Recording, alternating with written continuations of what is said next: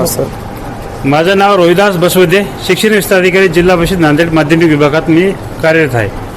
आम्ही दरवर्षी शाळेला अनुदानित सेल्फ फायनान्स विनाअनुदानित सर्व शाळेला बोलवता, परंतु आज ही शाळा आहेत नवीन शाळा आहेत सर्व.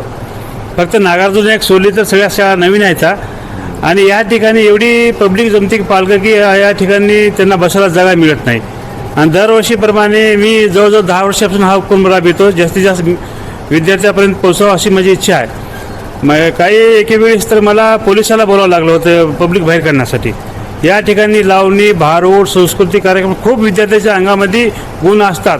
ते पालकापर्यंत पोहोचवलं पाहिजे आणि पालकाला कळालं पाहिजे की आपला विद्यार्थी कुठेपर्यंत आहे. ही माझ्यात जास्त भावना असते. आज समोर बसलेल्या पालकाला कळलं की आपला विद्यार्थी कुठं आहे, कोणत्या स्टेपला आहे, याच्यात अजून काय आपण प्रगती करू शकता काय. आताच एक मला समोर दिसले की एक गोष्ट, आंध्र समितीचा विद्यार्थी, त्याला मी आता सरांना म्हणलो की याला थोडं डेव्हलप केलं तर अजून पुढे त्यांना चांगलं होऊ शकते. याच्यातून विविध गुण विद्यार्थ्याचे आपल्याला पालकापर्यंत पोहोचता येते. ही आमची कळकळीची जास्तीत जास्त भावना आहे. नक्की सर, अतिशय उत्कृष्ट असा कार्यक्रम शासनाकडून राबवण्यात येत आहे नांदेड जिल्हा परिषद येथे.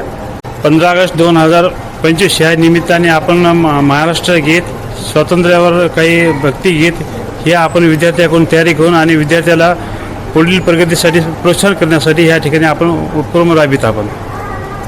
सर, या कार्यक्रमामध्ये देशभक्तीपर गीत आणि इतर काही कार्यक्रम होते का फक्त देशभक्तीपर गीत? देशभक्तीवर भारूड होतात, महाराष्ट्र गीत होतात आणि विविध विद्यार्थ्याकडे अंगात त्याचे गुण असतील ते सुद्धा आपण सादर करू शकतो आपण त्यात. सर, कार्यक्रमाचा उद्देश काय घेण्याचा? उद्देश विद्यार्थ्याला पुढे चालून महाराष्ट्राबद्दल, देशाबद्दल भावना जागृत होणे ही भावना असते. धन्यवाद. सर, काय नाव आहे आपलं आणि कोणत्या शाळेकडनं तुम्ही आज इथं आलेले आहात? माझे नाव दिगंबर मारुती भालेराव आहे. मी पिनॅकल इंटरनॅशनल स्कूलकडून आलेला आहे आणि या ठिकाणी आज 15 ऑगस्ट 2025 स्वातंत्र्य दिनानिमित्त जिल्हा परिषद शिक्षण मंडळ नांदेड यांनी अतिशय सुंदरपणे सांस्कृतिक कार्यक्रमांचं आयोजन केलेलं होतं आणि या कार्यक्रमामध्ये विद्यार्थ्यांचा अतिशय चांगल्या पद्धतीने प्रतिसाद मिळालेला आहे आणि विस्तार अधिकाऱ्यांनी सांगितलेलं आहे की याच्याही पेक्षा अतिशय सुंदर आणि दर्जेदार कार्यक्रम येणाऱ्या काळामध्ये आपण या ठिकाणी घेऊयात आणि प्रत्येक शाळेला त्यांनी प्रोत्साहनसुद्धा केलेलं आहे.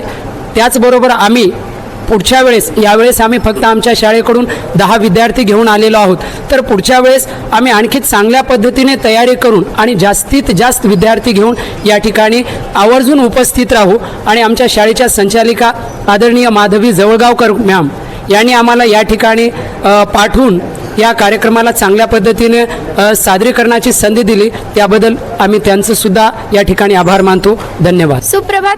माझे नाव अनुमती अशोकराव खांडेकर. मी आत्ता 7वी क या वर्गात शिकते. माझ्या शाळेचे नाव पिनॅकल इंटरनॅशनल स्कूल आहे. आज जिल्हा परिषद एज्युकेशन डिपार्टमेंट याकडून सर्व शाळेचे विद्यार्थी इथं उपस्थित होते. सर्व विद्यार्थ्यांकडून त्यांच्यातील गुणांचे सादरीकरण इथे झाले होते. तसेच मी पिनॅकल इंटरनॅशनल स्कूलमध्ये इथे एक देशपर गीत सादर करण्यासाठी आले होते आणि मला हा उपक्रम छान वाटला. मला इथे येऊन आनंद झाला आणि माझे पॅरेंट्स, त्यांनाही माझ्या गुणांचा अनुभव घेता आला. यामुळे मी आमच्या शाळेकडून आभारी आहे. आमच्या शाळेच्या संचालिका माधवी जवळगावकर मॅम यांची मी आभारी आहे. धन्यवाद.